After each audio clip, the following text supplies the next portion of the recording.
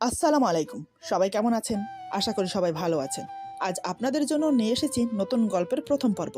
আশা করি গল্পটি আপনাদের ভালো লাগবে। তাহলে চলুন শুরু করা যাক। আজ আমার বাসর রাত, তবে আর 4-5টা বাসর রাতের মতো নয়। কারণ বাসর ঘরে 7 দিনের যমজ মেয়ে দুটোর মুখে আমার 2 হাত দিয়ে দুটো ফিটার ধরে আছি। বাসর ঘর শুধু নামে, কারণ কোনো ফুল দিয়ে সাজানো নেই। ইনফ্যাক্ট আমার সাজে নেই বললেই চলে। জামদামি লাল শাড়ি আর চুড়ি, এটাই অনেক সাজ এই বাসর ঘরের জন্য। কি অদ্ভুত নিয়তি, কার সাথে আজকে থাকার কথা আর কার সাথে আছি তাও জানি না। এখনো পর্যন্ত আমার স্বামীর মুখও দেখিনি। হঠাৎ খট করে দরজার শব্দ হলো। বুঝতে পারলাম তিনি এসেছেন। জানি না এখন কি হবে। মনের ভিতর ভয় মিশ্রিত একটা সংকোচ কাজ করছে। মনের ভিতর শুধু একটাই কথা বেজে যাচ্ছে, কি হবে কি হবে। তবে আমাকে বেশিক্ষণ অপেক্ষা করতে হলো না। ঘরে ঢুকেই হঠাৎ তিনি যা বললেন তার জন্য আমি একটুও প্রস্তুত ছিলাম না। বিশ্বাস করতে পারছি না মানুষ কিভাবে এতটা অমানসিকভাবে ব্যবহার করতে পারে, তাও এমন একটা রাতে। এরপর যা হলো। আমার নাম তানজিলা ইসলাম ইভা। ফ্যামিলিতে মা বাবা আর আমি আমার মা বাবার একমাত্র আদরের মেয়ে। এবার এসএসসি পরীক্ষা কমপ্লিট করে কলেজে ভর্তি হয়েছি। পড়াশোনায় বেশি ভালো না হলেও মোটামুটি, তবে দেখতে খুবই সুন্দরী। আমি বলছি না, সবাই বলে। যাই হোক, আমার বাবা একজন বিজনেসম্যান। নাম মোহাম্মদ উসমান হাসান। নম্র, ভদ্র, একজন বিশাল মনের মানুষ। যখন আমি যা চেয়েছি তাই দিয়েছে আমার বাবা। কখনো কোনো কিছুতে আপত্তি করেনি। তেমনি মাও আমাকে খুব ভালোবাসেন, সবকিছুতে আমাকে সাপোর্ট করেন। বলতে গেলে আমাদের হ্যাপি ফ্যামিলি। এভাবে বেশ ভালোই দিন যাচ্ছিল। কিন্তু ভালো দিন বেশি দিন থাকে না। কোনো কোনো কারণে মানুষের জীবনে ঝড় নেমে আসে। তাই হলো আমার জীবনে। এমন ঝড় নেমেছে যেন আমি চারিদিকে অন্ধকারে দেখছি। কোনো কুলকিনারা খুঁজে পাচ্ছি না আঁকড়ে ধরে বাঁচার জন্য। তাই মনটাকে ফ্রেশ করার জন্য কয়েকদিনের জন্য খালার বাড়িতে বেড়াতে চলে গেলাম। সেখানে খালা, খালু আর খালাতো বোন মীরা আছে। আমার খালাতো বোন আমার 1 বছরের ছোট। কিন্তু সেখানে গিয়ে বাঁধলো আরেক বিপত্তি। আমার খালাতো বোনের বিয়ে ঠিক হয়ে গেছে। কিন্তু আমার খালাতো বোন বিয়ের কথা শুনেই যাকে সে ভালোবাসে তার হাত ধরে পালিয়ে গেল। আমি জানতাম সে একটা ছেলেকে ভালোবাসে, তবে কোনোদিন দেখিনি। কিন্তু এভাবে পালিয়ে যাবে সেটাও ভাবতে পারিনি। তবে যেদিন পালিয়ে গিয়েছিল সেদিন আমি আড়ালে থেকে ছেলেটাকে দেখেছি। তাকে দেখার সাথে সাথে আমার মাথায় যেন বজ্রপাত হলো। নিজের চোখকে বিশ্বাস করাতে পারছি না। এত বড় বেইমানি, এত বড় ধোঁকা আমার সাথে। আসল কথা হলো, যার সাথে সে পালিয়ে গেছে তাকে আমি খুব ভালো করেই চিনি। কিন্তু কে আমার সাথে বেইমানি করলো? আমার খালাতো বোন নাকি সে? ব্যাপারটা আমার খুব খারাপ লাগলো। এখানে এসেছি একটু মানসিক শান্তি পাওয়ার জন্য, কিন্তু যা দেখলাম তা দেখে মন মানসিকতা আরো খারাপ হয়ে গেল। তখন আমি খুব মানসিকভাবে ভুগছি। মন মানসিকতা কিছুই ঠিক নেই। এমন পরিস্থিতিতে আমি আর বাসায়ও যেতে পারছি না, কারণ খালাতো বোন চলে যাওয়াতে খালা খালু একা হয়ে গেছে। তাদেরও মন মানসিকতা খুবই খারাপ। তাদের একমাত্র মেয়ে যে তাদের মান সম্মান এভাবে ডুবাবে, এটা তারা কখনোই ভাবতে পারেনি। এমন অবস্থায় তাদের পাশে কেউ থাকা খুবই প্রয়োজন। তাই আমি খালার বাসায় থেকে গেলাম। এভাবে বেশ কিছুদিন কেটে গেল। হঠাৎ একদিন একজন ভদ্র মহিলা খালার বাসায় আসলেন। চেহারায় ক্লান্তি আর চিন্তার ছাপ ফুটে উঠেছে। এমন মনে হচ্ছে তিনি খুব দুশ্চিন্তায় ভুগছেন। খালার থেকে জানতে পারলাম তিনি খালার দুঃসম্পর্কের ননদ লাগে। আমি ভেতরে চলে গেলাম ওনার জন্য চা নাস্তা নিয়ে আসতে। এদিকে ওনারা দুজন গল্প করতে লাগলো। আমি নাস্তা নিয়ে এসে ওনাদের হাতে হাতে দিতে লাগলাম। কিন্তু আমি কান খাড়া করে মহিলাটির কথা শুনতে লাগলাম। মহিলাটি তার দুশ্চিন্তার কথা আমার খালাকে বলল। ওনার কথা শুনে আমার খালার মন খারাপ হয়ে গেল। খালা বলে, কিন্তু এখন হঠাৎ এমন মেয়ে কোথায় পাওয়া যাবে? কোনো মেয়ে রাজি হবে না। ওনাদের কথা শুনে কেন জানি না আমার কি হয়ে গেল। হঠাৎ আমি বললাম, খালা আমি রাজি আছি। আমার কথা শুনে সবাই কেমন যেন হকচকিয়ে গেল। আমার খালা খুবই আপত্তি করলো। শেষমেশ আমাকে টলাতে না পেরে মা বাবাকে ফোন দিল। মা বাবা তড়িঘড়ি করে ছুটে এলো খালার বাড়িতে। সব কথা শুনে তারা তো রেগে মেগে আগুন। কিন্তু আমার জেদের কাছে তারা অবশেষে হার মানলো। আমার এই একটা সিদ্ধান্তে মা বাবার মন ভেঙে দিল। তারা খুব কষ্ট পেল। তারা এটা বুঝতে পারছে না আমি এমন একটা বিয়ে কেন করছি। আমি তো এর থেকেও ভালো কিছু ডিজার্ভ করি। এমন একটা ছেলেকে বিয়ে করছি যে কিনা আমার যোগ্যই না। এমনকি আমি ছেলেকে দেখতেও চাইনি। জেদ জিনিসটা খুবই খারাপ। একবার মাথায় জেদ উঠে গেলে মানুষ তখন কি করে সেটা সে নিজেও জানে না। আমার ক্ষেত্রেও তাই হলো। সবার অমতে গিয়ে আমি এই বিয়েটা করছি। কোনো ধুমধাম আত্মীয় স্বজন ছাড়াই এই বিয়েটা হচ্ছে। রাতে ছেলে আসলো, তারপর কাজে ডেকে বিয়ে পড়ানো হলো। এমন বিয়ে কোনো মা বাবাই তার ছেলে মেয়েদের করাতে চায় না, কিন্তু আমার মা বাবা করতে বাধ্য হলো, শুধু আমার মুখের দিকে তাকিয়ে। আসলে বিয়েটা একদিনের মধ্যে হয়ে গিয়েছিল, তাই কিছু করার সম্ভবও হয়নি। একসময় মা বাবা থেকে বিদায় নিয়ে শ্বশুর বাড়ি চলে এলাম। আজ আমার বাসর রাত। তবে আর 4-5টা বাসর রাতের মতো নয়, কারণ বাসর ঘরের 7 দিনের যমজ মেয়ে দুটোর মুখে আমার 2 হাত দিয়ে দুটো ফিটার ধরে আছি। বাসর ঘর শুধু নামে, কারণ কোনো ফুল দিয়ে সাজানো নেই।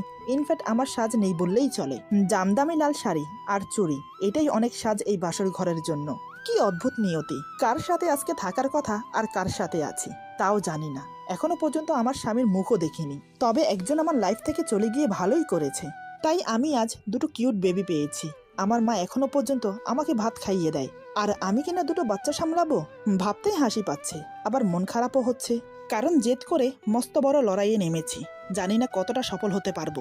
ও, আপনাদেরকে তো বলাই হয়নি, আমার স্বামীর নাম মোহাম্মদ আফরান ইসলাম ফাহিম। তিনি একজন বিজনেসম্যান। ওনারা 2 ভাই, উনি সবার বড়।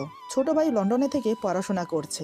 শ্বশুর অনেক আগেই মারা গেছে, কিন্তু মা এখনো বেঁচে আছে। আমার স্বামী আগে একটা বিয়ে করেছিল, তার প্রথম স্ত্রী মারা গেছে এই 7 দিনের যমজ বাচ্চা দুটো রেখে। কিভাবে কি হয়েছে আমি সেসব কিছুই জানি না, জানারও কোনো ইচ্ছে ছিল না। সত্যি বলতে আমি এই বাচ্চা দুটোর কথা শুনেই এই বিয়েতে রাজি হয়েছি। তবে তার পিছনে আরো একটা কারণ ছিল, সেটা না হয় ক্রমশ প্রকাশ্য। বাচ্চা দুটোর মুখে ফিটার ধরে নানান কথা ভাবতে লাগলাম। হঠাৎ কেউ পেছন থেকে মেহেলি কণ্ঠে বলে, ইভা, তোমার সারাদিন অনেক কষ্ট হয়েছে, এখন আমি বাচ্চাদের নিয়ে যাই। আমার শাশুড়ি মায়ের কথা শুনে নিজের ভাবনা থেকে বেরিয়ে চোখের পানি মুছে বললাম, না আন্টি, ওরা আমার কাছে থাকবে, আমার কোনো অসুবিধা হবে না। শাশুড়ি মা বলে, কালকে না হয় তোমার কাছে থাকবে, আর তুমি আমাকে আন্টি বলবে না, মা বলবে। আমি বললাম, আচ্ছা, কিন্তু ওরা আমার কাছে থাকবে। মা বলে, খুব জেদি মেয়ে তো তুমি, আমার ছেলেটাকেও তোমার জিদ দিয়ে নিজের করে নিও। আমি বললাম, মা বলে, তোমার খাবারটা রেখে যাচ্ছি, খেয়ে নিও। আমি বললাম, আপনি কি খেয়েছেন? মা বলে, না, এখন খাবো। আর হ্যাঁ, যত রাত হোক, ওদের সামলাতে তোমার কষ্ট হলে আমাকে ডাকতে ভুলবে না। আমি বললাম, আচ্ছা ঠিক আছে। শাশুড়ি এই কথা বলে চলে গেল। যাওয়ার সময় অবশ্যই দরজা লাগিয়ে দিয়ে গিয়েছিল। শাশুড়ি মা চলে যাওয়ার পর আমি বাচ্চাদের ঠিকমতো শুইয়ে দেই। হঠাৎ দরজায় খুট করে একটা শব্দ হলো। বুঝতে পারলাম তিনি এসেছেন। মনের ভিতর ভয় মিশ্রিত একটা সংকোচ কাজ করছে। কেমন যেন একটা অনুভূতি ছেয়ে যাচ্ছে পুরো শরীর জুড়ে। বাসর রাতে সম্পূর্ণ একটা অচেনা মানুষের সাথে থাকতে হবে ভেবেই যেন আত্মারাম কেঁপে উঠছে। মনের ভিতর শুধু একটা কথাই বেজে যাচ্ছে, কি হবে কি হবে। মনে মনে ভেবে নিলাম, ভয় পেলে চলবে না, প্রতিটা কথার যথাযথ উত্তর দিতে হবে, তাহলে আমি টিকতে পারবো। তাই মনে মনে সাহস জোগাতে লাগলাম। ফাহিম দরজার কাছে কিছুক্ষণ দাঁড়িয়ে ধুম করে দরজা লাগিয়ে দেয়। আমি বিছানা থেকে নেমে দাঁড়িয়ে বললাম, বাচ্চারা ঘুমোচ্ছে, তাই আস্তে শব্দ করবেন। ফাহিম রাগের সাথে বলে, তোমার থেকে এখন আমার জ্ঞান নিতে হবে, কি করব না করব। আমি বললাম, ভুল কাজ করলে অবশ্যই সঠিক পথ দেখাবো। ফাহিম বলে, এই শোনো, আমার থেকে স্বামীর অধিকার আশা করো না। ভেবো না তোমার সুন্দর মুখ দেখে আমার। ওর মুখ থেকে কথা ছিনিয়ে আমি বললাম, আমার ভালোবাসার মানুষের জায়গা তোমাকে দিতে পারবো না, কোনোদিন ভালোবাসা পাবার আশা করো না। ব্যাস, আর সিনেমার ডায়লগ দিতে হবে না। ফাহিম বলে, তুমি তো বড্ড বাচাল। আমি বললাম, আপনি যা বলতে চেয়েছেন তা আমি বলে দিলাম, যাতে আপনার কষ্ট কম হয়। ফাহিম বলে, ধ্যাত, সামনে থেকে সরো, আমি ঘুমাবো। আমি বললাম, বিছানায় আপনার জায়গা হবে না, নিচে ঘুমান। ফাহিম বলে, আজকে আমার বাসায় তোমার প্রথম দিন বলে কিছু বললাম না, তা না হলে তোমাকে বুঝিয়ে দিতাম আমার সাথে মুখে মুখে তকরা করার ফল কি হয়। বুঝতে পারলাম আমি কথা বললে কথা বাড়বে, তাই চুপ করে রইলাম। আমার স্বামী নিজেই নিচে বিছানা করে শুয়ে পড়ে। আমি খাটের এক কোণে বসে আছি। চোখ গেল শাশুড়িমা খাবার রেখে গিয়েছে সেদিকে। এদিকে আমার খুব খিদে লেগেছে, কিন্তু উনি বোধ হয় খায়নি। এটা ভেবে খুব খারাপ লাগলো। যতই উনি আমাকে স্ত্রী হিসেবে গ্রহণ না করুক, কিন্তু আমি ওনার স্ত্রী, ওনাকে না খাইয়ে নিজে কিভাবে খাই। তাই খাবারের প্লেট নিয়ে ওনার সামনে বসে আঙ্গুল দিয়ে হাতে খোঁচা মেরে বললাম, এই যে শুনেন, একটু উঠে বসুন। আমার কাণ্ড দেখে ফাহিম আরো রেগে যায়। ফাহিম বলে, মহা জ্বালা তো। আমি বললাম, কিছু খেয়েছেন? ফাহিম বলে, না, খাবো না। আমি বললাম, খাবো না বললেই তো হবে না, খেয়ে নিন। ফাহিম বলে, বলছি তো খাবো। আর কিছু বলার আগে আমি ওনার মুখে ভাতের লোকমা দিয়ে দিলাম। আমি বললাম, আর একটাও কথা বলবেন না, চুপচাপ খেয়ে নিন। ফাহিম আর একটা কথাও বলল না, বাধ্য ছেলের মতো খেয়ে নিল। পেটে খিদে, তাই রাগটা কাজে লাগাতে পারিনি। আমিও একটু খেয়ে বিছানায় গা এলিয়ে দিলাম। উনি একটু রাগী প্রকৃতির মানুষ, কিন্তু বেশ ভালো, সেটা বুঝেছি। বউকে অনেক ভালোবাসতো, নয়তো নতুন সদ্য বিয়ে করা বউয়ের দিকে ঠিক মতো তাকালোও না। প্রথম ভালোবাসা ভোলা যায় না ঠিক, কিন্তু নতুন করে জীবন সাজিয়ে নেওয়া যায়। আর যারা বেইমানি করে তাদের কথা তো আলাদা। কেউ একজন একদিন বলেছিল আমি তার প্রথম ও শেষ ভালোবাসা, কিন্তু আজ তার বুকে অন্য কেউ। আমার কাছে সে এখন দীর্ঘশ্বাস, আর বাচ্চারা আমার নতুন জগৎ। নানান কথা ভাবতে ভাবতে ঘুমে চোখটা লেগে এসেছিল। হঠাৎ বাচ্চার কান্নার শব্দ পেয়ে তাড়াতাড়ি উঠে বসলাম। টাওয়ালের মধ্যে ফিটার মোড়ানো ছিল, সেটা বের করে বাচ্চাদের মুখে ধরি, আর এক নিমেষেই কান্না বন্ধ হয়ে গেল। ওদের খাইয়ে আমিও ঘুমিয়ে পড়লাম। সকালে আমি উঠে ফ্রেশ হয়ে নিলাম। ফ্রেশ হয়ে এসে দেখি উনি এখনো ঘুমোচ্ছেন। আমি এবার ওনাকে ডাক দিলাম, কিন্তু কোনো সারা শব্দ নেই। আস্তে করে ধাক্কা দেওয়ার সাথে সাথে উনি আমাকে জড়িয়ে ধরে বলে, সকালবেলা তোমার মিষ্টি ছোঁয়া না পেলে আমার ঘুম ভাঙে না। আমি বললাম, ছাড়ুন আমাকে, আপনি ভুল করছেন। ফাহিম বলে, না, তুমি আমার সাথে শুয়ে থাকবে। এই বলে আমাকে জোর করে জড়িয়ে ধরে বুকের সাথে মিশিয়ে নেয়। আমি কিছু বুঝে ওঠার আগেই টুপটুপ করে আমার মুখে কিস করতে থাকে। চুলের খোপা শক্ত করে চেপে ধরে আমার ঠোঁটে আলতো করে কিস করে। এবার আমি থাকতে না পেরে পাশে একটা পানির গ্লাস রাখা ছিল, গ্লাসের মধ্যে আঙ্গুল ডুবিয়ে উনার মুখে পানি ছিটিয়ে দিলাম। উনি লাফিয়ে উঠে বসে, তারপর আমার দিকে এক নজর তাকিয়ে ওয়াশরুমে চলে গেল। ভেবেছিলাম বকাবকি করবে আমাকে, কিন্তু না, চুপচাপ চলে গেল। বুঝতে পারলাম পুরনো অভ্যাস ছিল, তা এখনো মনে গেঁথে রয়েছে। আমিও কিছু বললাম না, কিই বা বলবো।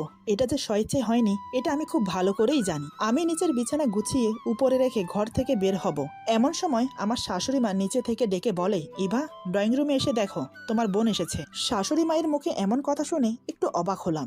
আমার বোন মানে? আমার তো একটাই বোন, সে হলো আমার খালাতো বোন। সে তো তার বয়ফ্রেন্ডের সাথে পালিয়ে গেছে। তাহলে হঠাৎ আজ এ বাড়িতে? শাশুড়ি মায়ের ডাক শুনে আমি বাচ্চাদের কোলে নিয়ে ড্রয়িং রুমে গিয়ে দেখলাম এ তো আমার প্রাক্তনের বউ। হ্যাঁ, এটাই সত্যি, আমার খালাতো বোন আমার প্রাক্তনের সাথে পালিয়ে গেছে।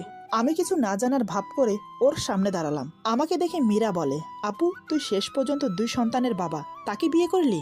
দেশে কি ছেলের অভাব ছিল নাকি? আমি বললাম, আমি কারো সংসার ভেঙে বিয়ে করিনি। আর 2 সন্তান আছে, তাতে কি হয়েছে? কত লোক আছে সন্তানের জন্য হাহাকার করে, সেক্ষেত্রে আমার ভাগ্য অনেক ভালো।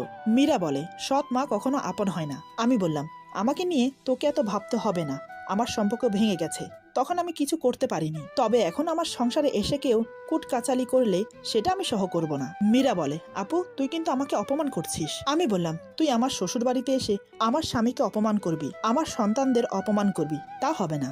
মীরা বলে, তুই অনেক পাল্টে গেছিস, ভেবেছিলাম তোর বাড়িতে 2 দিন থাকবো, কিন্তু তার হবে না। আমি বললাম, আমার বাড়িতে কেন থাকবি, তোর শ্বশুর বাড়িতে চলে যা। মীরা বলে, তারা আমাদের এখনো মেনে নেয়নি। 15 দিন ধরে কয়েক জায়গায় ঘুরেছি, এখন তুই আমাদের শেষ ভরসা। তুই আমাদের তোর বাড়িতে কয়েকটা দিন থাকতে দে প্লিজ, আর একটা উপকার কর, আমার মা বাবাকে বুঝিয়ে বলবি আমাদের মেনে নিতে, প্লিজ আপু, এতটুকু করে দে। আমি বললাম, তোরা বিয়ে করার সময় কি আমাকে জানিয়ে বিয়ে করেছিলি যে এখন আমাকে এসবের মধ্যে টানছিস? মীরা বলে, আপু, তুই আমাদের একমাত্র ভরসা, তোর কথা সবাই শোনে, তাই তুই আমার মা বাবার সাথে কথা বললেই তারা মেনে নেবে, প্লিজ আপু, আমাকে ফিরিয়ে দিস না। আমি কিছু বলার আগে আমার শাশুড়ি মা বাচ্চাদের জন্য ফিটার নিয়ে এসে বলে, বৌমা, ওদেরকে আমার কাছে দাও, আমি খাইয়ে দিচ্ছি। তুমি বরং গিয়ে টেবিলে নাস্তা রেডি করো, কাজের মেয়ে কয়েকদিন পরে আসবে, তাই বলছি এ কয়দিন হাতে হাতে একটু কাজ করে দিলে ভালো হতো। আমি বললাম, আচ্ছা মা, আমার কাজ করতে কোনো সমস্যা নেই, কিন্তু একটা কথা ছিল, কি করে যে বলবো বুঝতে পারছি না। শাশুড়ি মা বলে, জানি মা, মীরা কয়েকদিনের জন্য থাকতে এসেছে। কি, তাই তো? আমি বললাম, মা বলে, সমস্যা নেই, ওরা কয়েকদিন থাকুক। শাশুড়ি মায়ের কথা শুনে মীরা বলে, আন্টি, আপনাকে অসংখ্য ধন্যবাদ। মা বলে, এখানে ধন্যবাদের কি আছে, কিন্তু তোমার স্বামী কোথায়? মীরা বলে, আপনারা থাকতে দেবেন কি না তা তো জানি না, তাই ও বাহিরে দাঁড়িয়ে আছে। মা বলে, যাও গিয়ে ডেকে নিয়ে আসো। আমি মীরার দিকে তাকিয়ে ভাবতে লাগলাম, আমার প্রাক্তনের বউ মীরা, যে কিনা আমার আপন খালাতো বোন। আমার জীবনের প্রথম ভালোবাসা ছিল নীল, যে কিনা আজ অন্যের হয়ে গেছে। নীলের সাথে ব্রেকআপ হওয়ার পর ওর সব স্মৃতি মুছে দেই যদিও, কিন্তু মন থেকে স্মৃতি মুছে দেওয়া সম্ভব না। আর কোনোদিন যেন ওর মুখ দেখতে না হয়, তাই তাড়াতাড়ি বিয়ে করে নিয়েছিলাম, কিন্তু আজ ওকে আবার দেখতে হবে, তাও ওর বউয়ের সাথে। জানি না নিজের কষ্ট কতক্ষণ চেপে রাখতে পারবো। এসব ভাবতে ভাবতে টেবিলে খাবার সাজানো হয়ে গেছে। টেবিলে খাবার সাজিয়ে মাকে ডাকতে যাব, তখনই ফাইম এসে আমাকে বলে, বাসায় ফিরতে রাত হবে, মাকে বলে দিও। আমি বললাম, আগে খেয়ে নিন, তারপর যেখানে খুশি সেখানে যান। ফাহিম বলে, বাহিরে খেয়ে নেব। আমি বললাম, চুপচাপ খেতে বসুন, নয়তো রাতের মতো জোর করে খাইয়ে দেব। ফাহিম বলে, এই মেয়ে, আমার উপর একদম স্বামীর অধিকার খাটাতে আসবে না। আমি বললাম, আমার নাম আছে ইভা, এই মেয়ে বলবেন না। আর হ্যাঁ, অধিকার কেউ কাউকে দেয় না, আদায় করে নিতে হয়। এখন চুপচাপ বসুন, খেয়ে নিন। ফাহিম বলে, তোমার সাথে কথা বলা মানে? ধুর, খেতে দাও। ফাহিম নাস্তা খাওয়ার জন্য বসে পড়ে, আমি তাকে নাস্তা বেরিয়ে দিলাম। তারপর সে চুপচাপ খেতে লাগলো। মা বাচ্চাদের খাইয়ে ঘুম পাড়িয়ে এসে আমাকে বলল, মেয়েরা এখনো আসেনি কেন, আবার চলে গেল নাকি? আমি বললাম, মা, আমি দেখে আসি, আপনি বসুন। এই বলে আমি বাসার মেন দরজার কাছে যেতেই চেনা চোখে চোখ আটকে গেল। 1 মাস পর নীলকে দেখছি। ওকে দেখে আমার বুকের ভেতরটা কষ্টে দুমড়ে মুচড়ে যাচ্ছে। মীরাকে কিছু বুঝতে দিলে চলবে না, তাই নীলের দিক থেকে চোখ সরিয়ে মীরাকে উদ্দেশ্য করে বললাম, কি রে, এখানে দাঁড়িয়ে আছিস কেন? তোরা ভিতরে আয়। এদিকে নীল আমাকে দেখে অবাক হয়ে তাকিয়ে থাকে। সে ভাবতে পারেনি আমার মুখোমুখি হবে। আসলে সে জানতোই না আমি এখানে থাকবো, এমনকি আমার এখানে বিয়ে হয়েছে। নীল অবাক হয়ে তাকিয়ে আমাকে বলে, এই ইভা, তুমি সত্যি বিয়ে করেছো? আমি তো ভাবতেই পারছি না। নীল হঠাৎ করে ওর সামনে এমন কিছু বলে ফেলবে সত্যি আমি বুঝতে পারিনি। আসলে মীরা আমার আর নীলের সম্পর্কের কথা কিছুই জানে না, আর আমিও চাই না ও জানুক। আমি কি বলবো তা বুঝে ওঠার আগেই মীরা বলে, তোরা দুজন দুজনকে আগে থেকে চিনতিস? এবার আমি ব্যাপারটাকে সামাল দেওয়ার জন্য বললাম, আরে তেমন কিছু না, কলেজে কয়েকবার দেখা হয়েছে, ব্যাস সেই থেকে পরিচয়। মীরা বলে, নীল, তুমি তো আগে কখনো বলনি ইভা আপুর সাথে তোমার পরিচয় আছে? নীল চুপ করে দাঁড়িয়ে আছে, কি বলবে ভেবে পাচ্ছে না। তাই আমি উত্তর দিলাম, আরে ও হয়তো ভুলে গেছে, তাই বলেনি। এখন আর কথা না বাড়িয়ে ভেতরে গিয়ে ফ্রেশ হয়ে খেতে আয়। ততক্ষণে ফাহিম খেয়ে দিয়ে বাহিরে চলে গেল। নীল আর মীরাকে আমার শাশুড়িমা খেতে দিল। আসলে আমি ইচ্ছে করে নীলের সামনে যেতে চাইছি না, কারণ ওকে যত দেখব তত কষ্ট বাড়বে। তবে ওদের এখানে থাকা চলবে না। নীলের সাথে কথা বলে মীরাকে নিয়ে চলে যেতে বলবো। মনে মনে এসব ভাবছি, আর বাচ্চাদের সামালতে আমার সময় যাচ্ছে। রুম থেকে আর বেরোতে হয়নি, সব কাজ শাশুড়িমা করছে। সত্যি বলতে উনি খুব ভালো, সেটা বিয়ের আগে থেকেই জেনেছি। কারণ আমার খালার ননদ হলো আমার শাশুড়িমা। খালা আমাকে বলেছে উনি খুব ভালো, ওই বাড়িতে বউ হয়ে গেলে তোর কোনো কষ্ট হবে না। দেখতে দেখতে সকাল পেরিয়ে দুপুর, দুপুর পেরিয়ে সন্ধ্যা হলো। এদিকে মাথাটা খুব ঝিমঝিম করছে, তাই চা খাওয়ার জন্য রুম থেকে বের হব। তখনই শাশুড়ি মা চা দিয়ে গেল আর বাচ্চাদের তার কাছে নিয়ে গেল। এই সুযোগে একটু ঘুমানো যাক, এই ভেবে বিছানায় শুয়েছি মাত্র, ঠিক তখনই দরজায় ঠকঠক শব্দ পেয়ে উঠে বসি। দরজার সামনে নীল দাঁড়িয়ে বলে, আসতে পারি? আমি তো দেখে অবাক, ও এখানে কেন?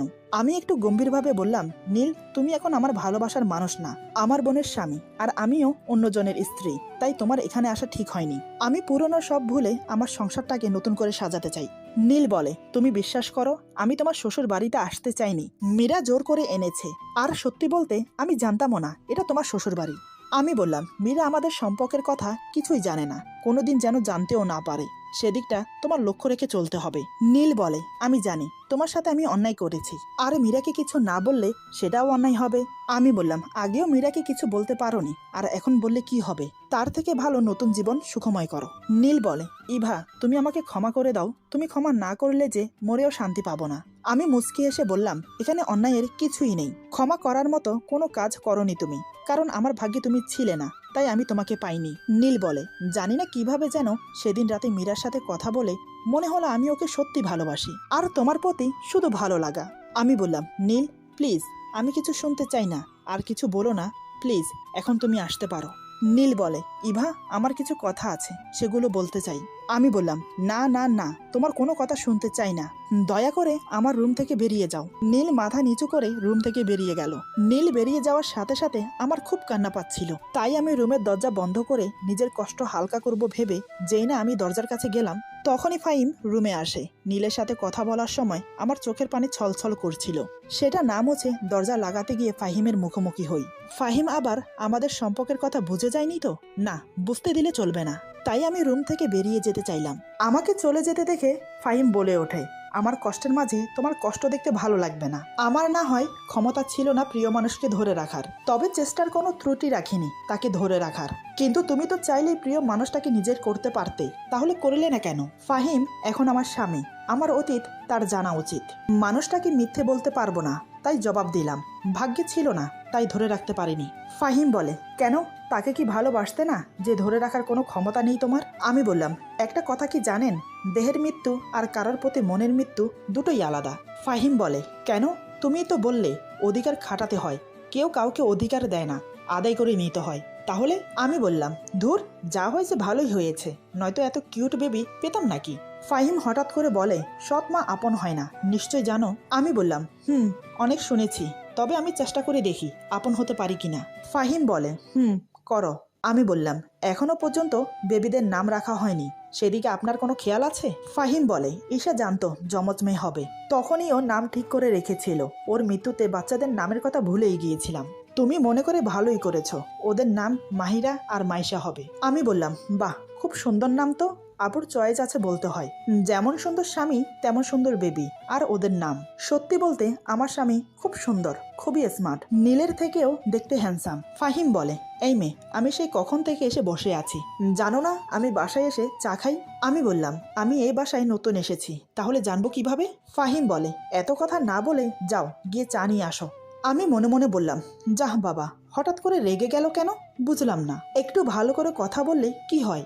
আমি কোনো কথা না বাড়িয়ে রান্নাঘরে গিয়ে চা বানিয়ে ওনাকে দিয়ে রুম থেকে চলে গেলাম শাশুড়ি মায়ের রুমে। আমি বললাম, মা ভেতরে আসবো?